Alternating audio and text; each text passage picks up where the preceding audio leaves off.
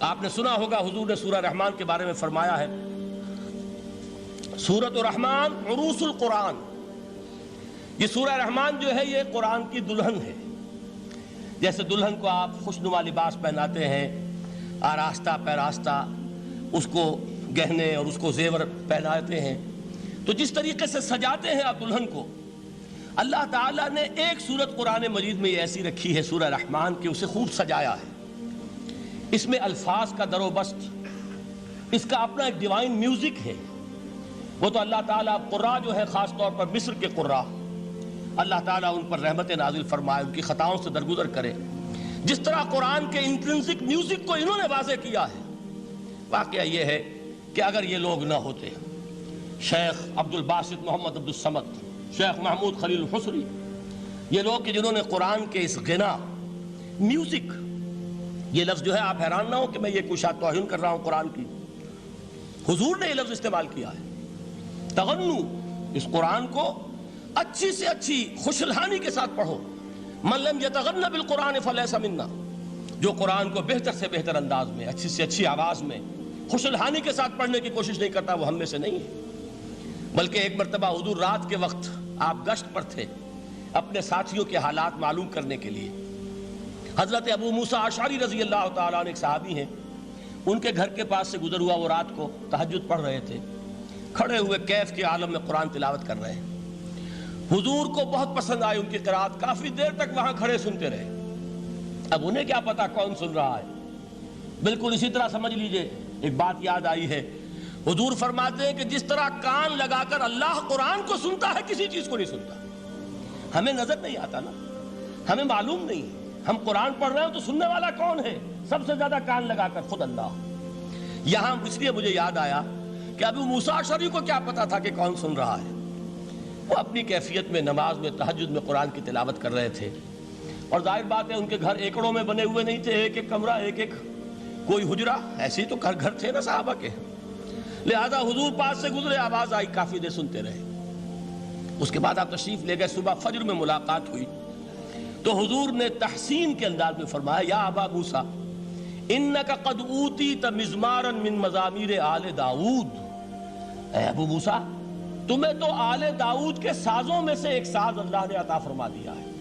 جس طرح حضرت داؤد، لہن داؤدی مشہور ہے کہ جب وہ پچھلے پہر رات کو حمد کے ترانے الاپتے تھے، قرآن میں ہے کہ پرندے شامل ہو جاتے تھے ساتھ، اور پہاڑ وجد میں آتے تھے، پہاڑ بھی ان کے ساتھ شریک ہوتے تھے۔ تو جس طرح کا اللہ نے ان کو لہن عطا فرمایا تھا، حضور نے تحسین کے انداز میں فرمایا ہے ابو موسیٰ اشعری، اللہ نے تمہیں بھی آل داؤد کے سازوں میں سے ایک ساز عطا فرمایا۔ بہرحال قرآن مجید کا جو یہ میوزک ہے، قرآن کے الفاظ کا جو حسن ہے، جہاں تک حسن معنوی ہے وہ تو ہر لفظ میں ہے، لیکن یہ حسن ظاہری، حسن صوتی، حسن لفظی، یہ اپنے کلائمیکس پر آپ کو نظر آئے گا سورہ رحمان میں۔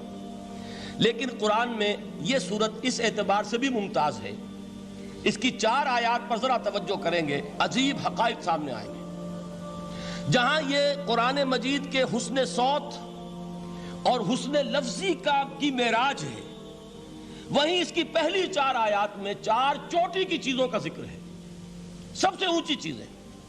پہلی آیت کیا ہے؟ الرحمن، ایک آیت ہو گئی۔ رحمان کیا ہے؟ اللہ کا نام ہے۔ کبھی آپ نے غور کیا اللہ کے ناموں میں سب سے پیارا نام کون سا ہوگا؟ رحمان۔ کیوں؟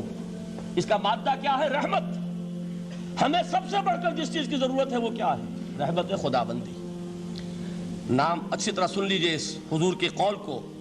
حضور فرماتے کوئی شخص جنت میں مجرد اپنے عمل کی بنیاد پر داخل نہیں ہو سکے گا جب تک کہ رحمت خداوندی دستگیری نہ کرے۔ کسی صحابی نے بڑی ہمت اور جرأت کا ثبوت دیا کہ پوچھ لیا، کیا حضور آپ بھی؟ جب آپ نے فرمایا کوئی شخص داخل نہیں ہو سکتا جنت میں محض اپنے عمل کی بنیاد پر جب تک کہ رحمت خداوندی جو ہے وہ دستگیری نہ فرمائے۔ پوچھا گیا کیا آپ بھی؟ آپ نے فرمایا ہاں میں بھی۔ آپ انداز کیجئے کہ اگر محمد الرسول اللہ بھی رحمت خداوندی کے ضرورت مند ہوں تو تاب دیگراں چے رسد، ہماری تو سب سے بڑی ضرورت رحمت خداوندی ہے۔ اب یہ رحمت جو ہے قرآن مجید میں اللہ تعالیٰ کی یہ شان 2 الفاظ کے ذریعے سے آتی ہے، رحیم اور رحمان۔ اور کوئی مادہ نہیں ہے جس سے 2 نام بنتے ہوں اللہ کے۔ لیکن یہ مادہ ہے واحد رحمت کا کہ جس سے رحمان بھی ہے رحیم بھی ہے۔ رحیم صفت مشبہ ہے، رحمت دائم ہو جائے گی، مستقل ہوگی تو رحیم کہیں گے، اور رحمان اس میں رحمت کی ہے وہ شان ہے کہ جیسے ٹھاٹھے مارتا ہوا سمندر ہو، ہیجان کی کیفیت، طوفانی کیفیت، رحمت خداوندی کا طوفانی جوش، وہ ہے رحمان۔ آپ تو رہتے اس علاقے میں ہیں، آپ کو معلوم ہے عرب اگر بھوکا مرا جا رہا ہو تو کیا کہے گا؟ انا جوعان۔ پیاسا مرا جا رہا ہو انا عطشان۔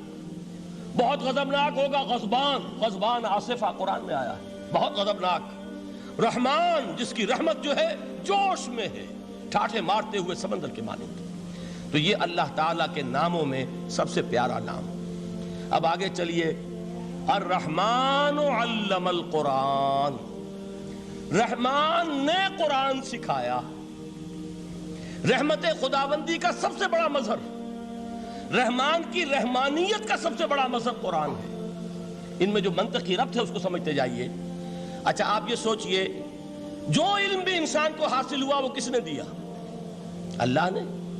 سائنس کا علم کس نے دیا؟ اللہ نے۔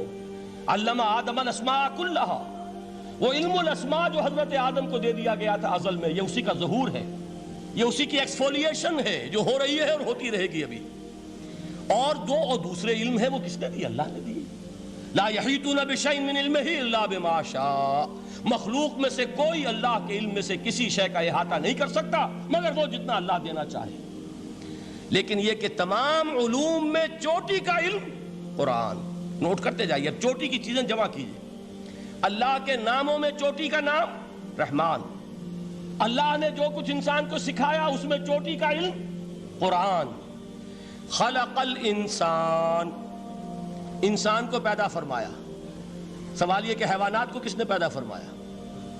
آسمان کس نے پیدا کیے؟ زمین کس نے پیدا کی؟ فرشتے کس نے پیدا کیے؟ کیا مطلب خلق الانسان؟ اس کی تمام مخلوقات میں اس کا کلائمیکس، اس کی تخلیق کی معراج، اس کے تخلیق کا نقطہ عروج انسان ہے۔ یہ ہے کہ جو مسجود ملائک بنا ہے۔